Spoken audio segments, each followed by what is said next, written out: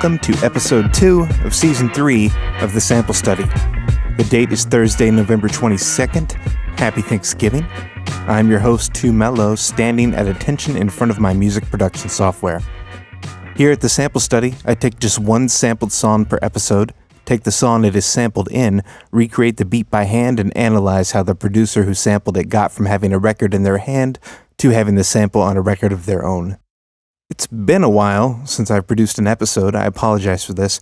Due to launching about 2 albums in only 4 months, I experienced the first major burnout I've had since college, and completely shut down. I'm still kind of there, honestly. It still took me a long time to make this. I could just barely produce the commissions I was responsible for, and work like The Sample Study had to unfortunately fall by the wayside. It was irresponsible, and I apologize, but I'm very proud of the EP I released in October called Trunk Fiction. It's a small experiment in my first drum and bass release, even though I've been producing in that genre on and off since my start in music. You can check that out at 2mellomakes.bandcamp.com. Little experiments like that are made possible by everyone who supports me, and I'm sure some of you are listening to this, so thank you very much. That said, during my burnout, I've been doing a deeper study on an artist than I usually do, someone I've always liked the work of but never really looked into the life and personality of. I'm talking about super producer Madlib, the genius at the center of independent hip-hop, soul, jazz, and funk label Stone's Throw Records' success, especially in the early 2000s. But before talking about anything else, we have to go to Brazil. In my opinion, some of the best music that has ever been made has been made by Brazilian artists. The inventive melodies and rhythms coming out of the country have inspired some of the greatest minds in hip-hop production. Nujabes, J Dilla, and Madlib, for example, are all huge fans of Brazilian records. One of countless amazing artists is Osmar Milito, a singer, pianist, and composer considered one of the greatest pianists of jazz and bossa nova of all time. He achieved international success touring Mexico and the United States, and because of this, his first LP was released simultaneously in the US, Argentina, Japan, and Europe. You can bet this wide distribution is what put him on the radar of many American artists who study Brazilian jazz. Today we're looking at the song America Latina, which starts with a brilliantly perky melody.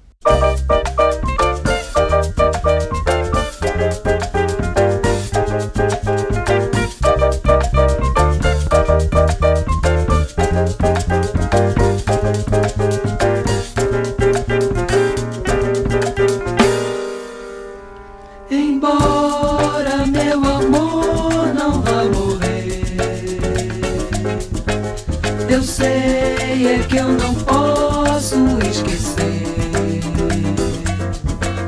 as coisas que eu passei, que passou, quem já amou. Prefiro te perder que perdoar. Talvez seja da raça que eu nasci, talvez seja da terra que eu vivi. Só sei é que eu não posso e eu não quero superar os tolos preconceitos que eu herdei. América Latina, latino-americano, América Latina, Latina, América Latina, latino-americano, América Latina, Latina. America Latina is on the album Na Trilha de Osmar Milito. Osmar Milito performed the song with Quartete Forma, consisting of Chico Aguiar and Eduardo Lages. It was released on the record label Soma in 1974. Madlib and several other Stone's Throw Records affiliated beatmakers and crate diggers took a trip to Brazil in 2002, which would become the stuff of legend for his fans. In his hotel room with several rare records from local crate digging, a borrowed turntable, and a small but efficient SP303 sampler, which he brought along specifically to prove how well it could make hip-hop music, Madlib created entire beat tapes with razor focus, including the beats for label-mate Dudley Perkins' LP A Little Light, and one of the most famous underground rap albums of all time, Madvillain with MF Doom. I just remembered this detail about the turntable. It looks really cute. It looks like a toy. I'm too lazy to get up and record this near the mic. I'm just yelling it. Speaking from personal knowledge, this is the kind of creative experience that a musician might only have a few times in their lifetime, and it was all because of beautiful Brazil, a change of scenery, and some very gracious hotel roommates who didn't mind the noise. Over a decade later, fans are still clamoring for the next Madvillain release, waiting patiently for two musicians who are known to both take their time. One of my personal favorite beats to come out of this trip is the song Raid, featuring MF Doom as the voice of Madvillain, and Metaphor, aka M.E.D. 2-2-1-2.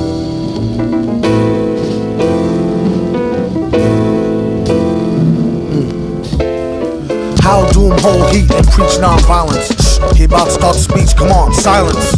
On one starry night, I saw the light. Heard a voice that sound like Barry White, said sure you're right.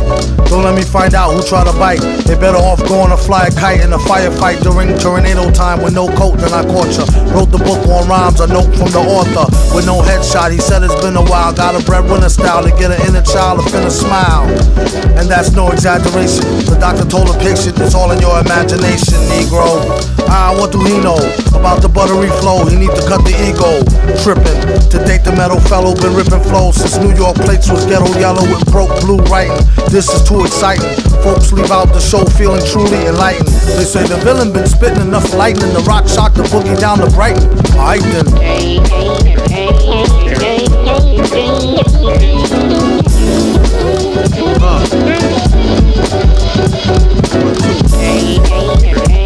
Raid is one of many amazing songs to come from the album Madvillain, released in 2004 on Stone's Throw Records.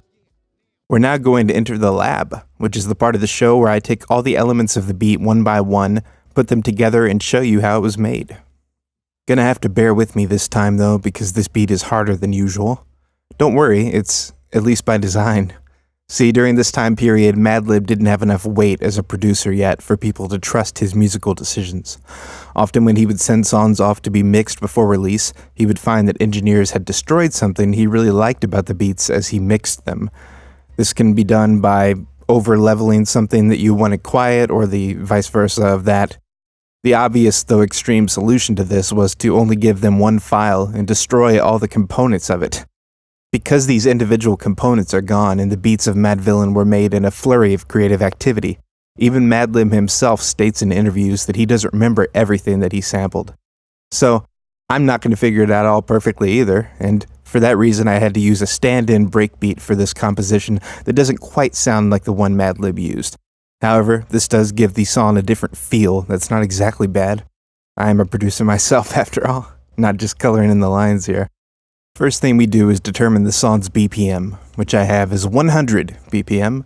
We're going to take the sample America Latina and transpose it down one semitone and 35 cents to slow it down and have it fit that tempo. That's 135 cents of pitch down.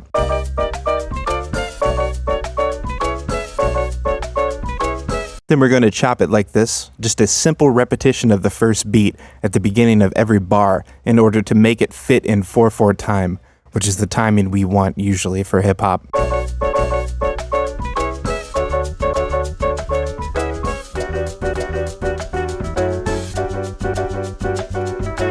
See how that works? I've also cut off everything on the sample below 80 Hz, boosted at 80 Hz to get the bass line coming through a little bit. I've also boosted at 800 Hz and at 7 kHz to get it to resemble the upfront feeling that it had in Raid more closely. Here's what it sounds like after the EQ.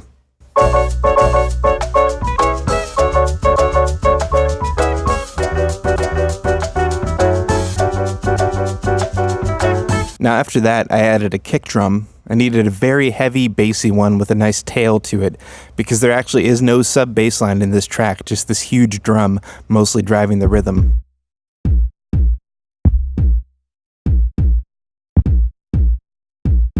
I played it messily, right in line with Madlib's playful live sequencing of it. Definitely done on that SP303 we talked about before.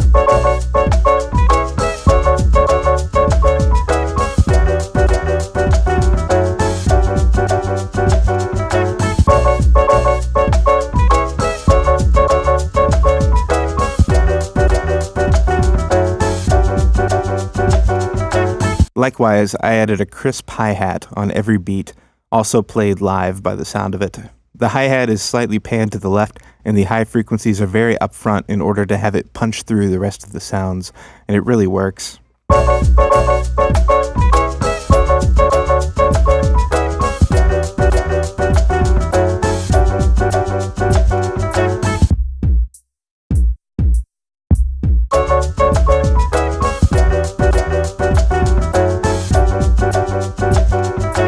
Now we come to the most important part of this beat, the breakbeat backing that gives this song its energy.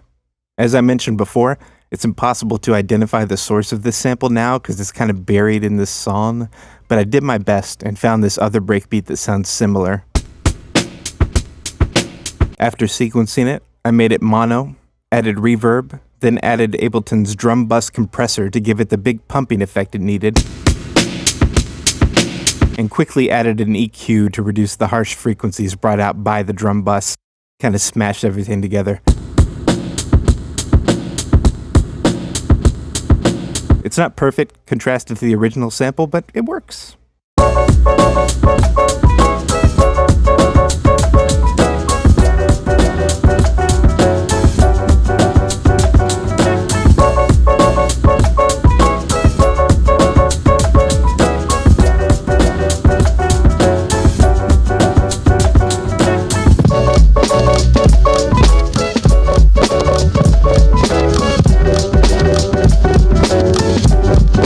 I was surprised to learn that the weird vocal sample on this hook was actually taken almost unaltered from George Clinton's song Computer Games.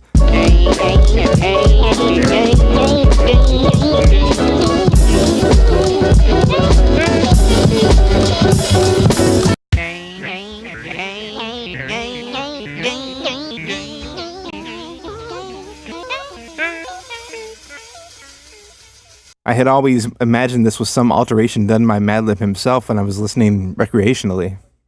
This sample appears in the outro of the almost 7-minute long funk classic.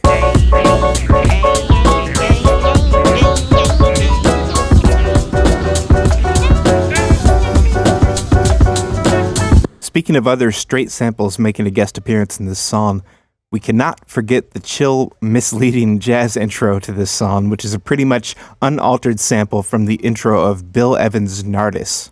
Let that be our final touch here.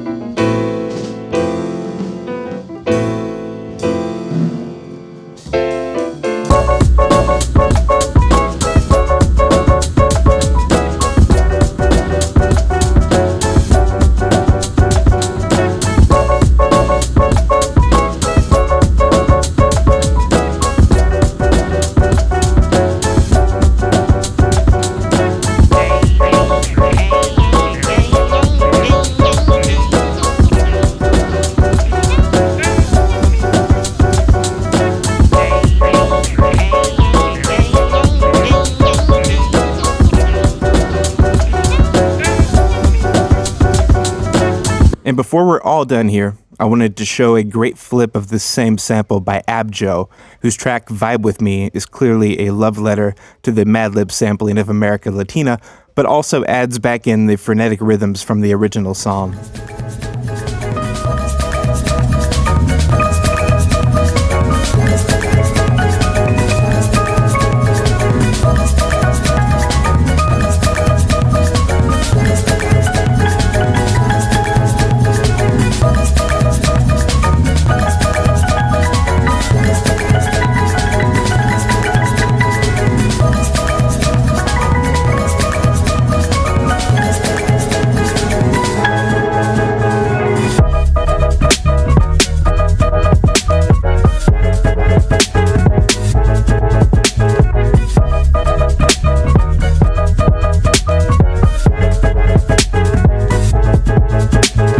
So, that concludes this session of the Sample Study.